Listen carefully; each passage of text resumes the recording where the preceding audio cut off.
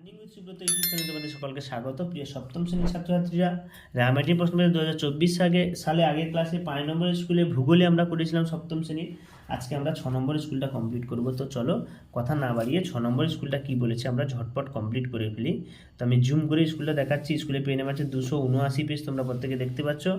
স্কুলটার নাম হচ্ছে Jodhpur park boys school, তাই তো? যোধপুরে একটা বালকের বিদ্যালয়, সেটাই। অনুসুর অবস্থান উত্তর গোলার্ধে যে ঋতুতে হয় তা হলো ড্যাশ। অনুসুর অবস্থান কোন ঋতুতে হয় বলো তো? অনুসুর, তাই না? এতে যোধপুরে প্রথম প্রশ্ন শীত ঋতুতে। শীত ঋতুতে কি অনুসুর অবস্থান? কলকাতা অবস্থান রয়েছে কীরকম না?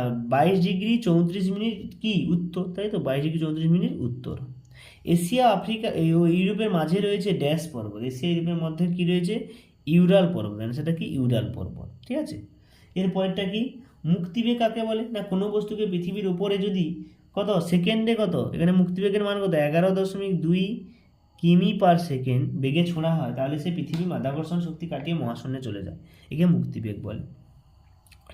এবারে বলছে দেখো, স্বর্ণরেণু এবং পিদ নদীর নাম কি কি?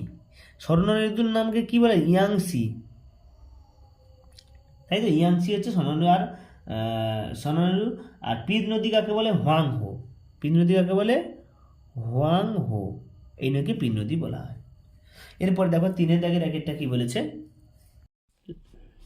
দেখো 3 দাগে একটা কি বলেছে দেখো, অপসুর অবস্থান ও অনুসুর অবস্থান কাকে বলে? তোমরা জানো 4 জুলাই সূর্য থেকে পৃথিবীর দূরত্ব সবচেয়ে বেশি হয়, বা 15 কোটি কিমি, তাই না? এটা হচ্ছে অপসুর। এবং 3রা জানুয়ারি এটা 15 কোটি 20 লক্ষ কিমি 4 জুলাইতে। এবং অনুসুর 3রা জানুয়ারি পৃথিবী থেকে সূর্যের দূরত্ব সবচেয়ে কম হয়, প্রায় 14 কোটি 70 লক্ষ কিমিকে অনুসুর অবস্থান বলে। তো এখানে তোমরা ছবিটা আমি আগের ভিডিওতে দেখিয়ে দিয়েছি, তোমরা সেখান থেকে কালেক্ট করে নাও ছবিটা। পরে প্রশ্নটা কী বলেছে দেখো না, 3 দাগে 2টা এশিয়ার উত্তরবাহিনী নদীগুলো প্রায় বন্যা দেখা যায় কেন? তো দেখো, একটা নদীতে বন্যা দেখা যায় তার অনেকগুলো কারণ। এখানে উত্তরবাহিনী নদীগুলো একটা নাম দেয় ওব, ইনিসি, লেনা। উত্তরবাহিনী নদীগুলি 4 থেকে 3 মাস, মোহনায় অঞ্চলে 8 থেকে 9 মাস বরফে ঢাকা থাকে, তাই না? উত্তরবাহিনী নদীগুলি এত মাস, এবং মোহনা অঞ্চলে 8 থেকে 9 মাস বরফে বরফ। এর ফলে উচ্চ প্রবাহ বসন্তকালে বরফ গলে গেলেও নিম্ন প্রবাহে নদীর মোহনায় অঞ্চল বরফাবৃত থাকে। এর ফলে সময় উৎসের অংশে বরফগুলা জল মোহনার আগে গিয়ে বাধাপ্রাপ্ত হয়, ফলে নদীতে বন্যা সৃষ্টি। কোনো একটা বাধা হচ্ছে, অর্থাৎ মোহনার কাছে যদি বরফ জমে থাকে, তাহলে নদী সেই স্রোত অনুযায়ী সমুদ্রের সঙ্গে মিলবে না, সেক্ষেত্রে বন্যাটা দেখা দিচ্ছে। এছাড়াও দেখো, শরৎকালে নদীর মোহনা অঞ্চলে জল জমে বরফে পরিণত হয়, এবং উৎস অঞ্চল থেকে আগত বৃষ্টির জল জমে গিয়ে বন্যা সৃষ্টি করে। তাই গ্রীষ্মের শুরুতে অর্থাৎ বসন্তকালে এবং শীতের শুরুতে অর্থাৎ শরৎকালে এই দুবার নদীগুলিতে বন্যা হয়। তো এরপর দেখো, অধিবর্ষ কাকে বলে? 4 দাগে একটা বলেছে অধিবর্ষ না, ইংরেজি ক্যালেন্ডার অনুসারে যে বছরে ফেব্রুয়ারি মাসে 28 দিনের সঙ্গে একদিন যোগ করে 29 দিন হয়, সেই বছরটিকে 63 দিন করে হয়, এবং সেই বছরকে অধিবর্ষ বা লিপ ইয়ার বলা হয়, ঠিক আছে? মিশরীয়রা প্রথমে এই অধিবর্ষে হিসাব আবিষ্কার করেন। পরে প্রশ্ন, এশিয়ার মহাদেশের বিভিন্ন জায়গায় জলবায়ু ও স্বাভাবিক উদ্ভিদের বৈচিত্র্যের কারণ লেখো।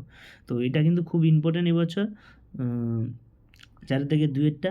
তো দেখো, এখানে জলবায়ু ও স্বাভাবিক উদ্ভিদের উপর বা অক্ষাংশের উপর প্রভাব প্রথমে লিখবে তোমরা সুন্দর করে। এবারে বায়ু প্রবাহের উপর প্রভাব, ঠিক আছে? এবারে উচ্চতার প্রভাব। এই 3টে দিলেই হবে, ঠিক আছে? এখানে দিয়ে দিয়েছে এই 3টে গান দিলে হবে। এরপরটা কী বলেছে দেখো, অক্ষরেখা এবং দ্রাঘিমারেখার পার্থক্য। এখানে সুন্দর করে বিষয়ও দেওয়া আছে, বিষয় তোমরা নাও দিতে পারো। এখানে অক্ষরেখা দ্রাঘিমারেখা দেখে যে অক্ষরেখাগুলো পূর্ব থেকে পশ্চিমে বিস্তৃত, দ্রাঘিম রেখাগুলো উত্তর থেকে দক্ষিণ। এখানে সুন্দর করে দেওয়া আছে অক্ষরেখা সর্বনিম্ন মান, সর্বোচ্চ মান, এগুলো সুন্দর করে দেবে। এবং পরে দেখো শেষ প্রশ্নটা কি বলেছে, এশিয়ার ভূমধ্যসাগরীয় এবং মৌসুমী জলবায়ু কীভাবে ওই অঞ্চলে উদ্ভিদে প্রভাবিত করেছে তা লেখো।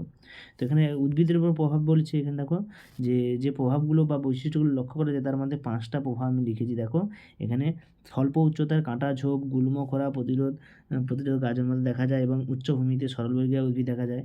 বাষ্পীভবনের ঝাড় হ্রাসের উদ্দেশ্যে গাছের ছাল পুরু এবং পাতায় মোম জাতীয় পদার্থের আবরণ থাকে। গ্রীষ্মের শুষ্কতা থেকে বাঁচার জন্য ফল রসালো হয়ে থাকে। মাটির গভীর থেকে জল সংগ্রহের জন্য শিকড় মাটির অনেক গভীর পর্যন্ত প্রসারিত হতে দেখা যায়। তো এইগুলো হচ্ছে এটা। এবং এই জলবায়ু অঞ্চলে যে গাছগুলো জন্মায়, তো সেখানে দেখো ওক, কর্ক ওক, চ্যাপারেল, ইউক্যালিপটাস প্রভৃতি দেখা যায়, এবং চিরহরিৎবৃক্ষ, জলপাই, আঙুর, লেবু প্রভৃতি দেখা যায়। স্বাভাবিক উদ্ভিদ এই অঞ্চলে দেখো বিভিন্ন রকম স্বাভাবিক উদ্ভিদ হয়, তো সেখানে দেওয়া আছে। এবং বৃক্ষসমূহ শাল, সেগুন স্বাভাবিক উদ্ভিদ। মৌসুমীর জলবায়ুতে শাল, সেগুন, চাপলাস, অশ্বত্থ গাছ প্রভৃতি হয়।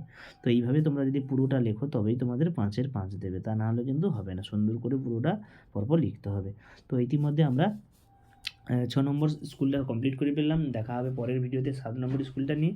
তো তার আগে বলা, তোমরা যারা চ্যানেলে নতুন তোমরা সাবস্ক্রাইব করো এবং ভালো লাগলে লাইক করো, কমেন্ট করো, কোনো সমস্যা থাকলে এবং বন্ধুদেরকে শেয়ার করো।